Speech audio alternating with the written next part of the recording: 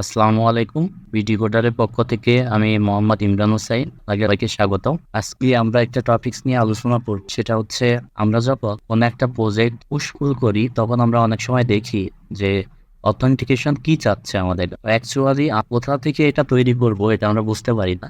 আজকে কিভাবে ওইটা মেক করতে হয় আমরা এটা দেখব। তাহলে চলুন শুরু করি।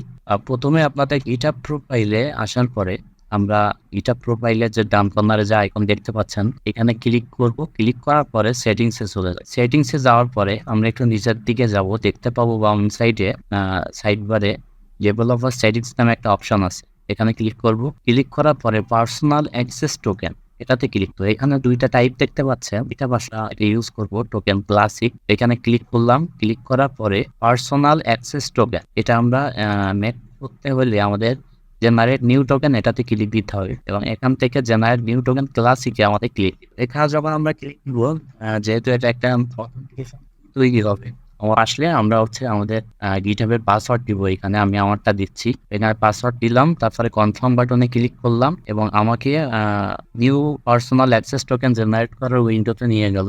আমি একটা নোট দিচ্ছি কি কারণে আসলে আমি এই টোকেনটা জেনারেট করতে, আমি টেস্ট পারপাসে জেনারেট করতেছি। আগে আমার অনেকগুলো জেনারেট করা আছে। তো এখান থেকে আসলে এক্সপায়ারি হবে কবে সেই ডেট এটা সেট করে দিতে হবে আমাদের।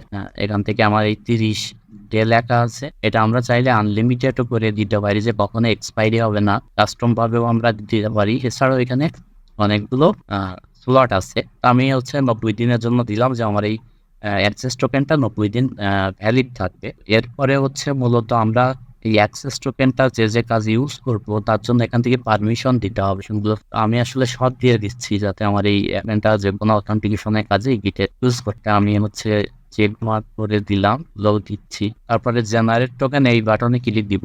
এখন দেখেন আমার হচ্ছে টোকেনটা জেনারেট হয়ে গেছে। এখানে ক্লিক দিলে এটা কপি হয়ে যাবে, তারপরে আমরা এটা সেভ করে রাখবো। এখন থেকে আমরা এই টোকেনটা তাহলে আমাদের গিটে পুশ পুল সহ যে সব কাজে আসলে অথেন্টিকেশন টোকেন লাগে সব জায়গাতে ইউজ। থ্যাংক ইউ এভরিওয়ান, সবাইকে আবারও ধন্যবাদ। আল্লাহ হাফেজ।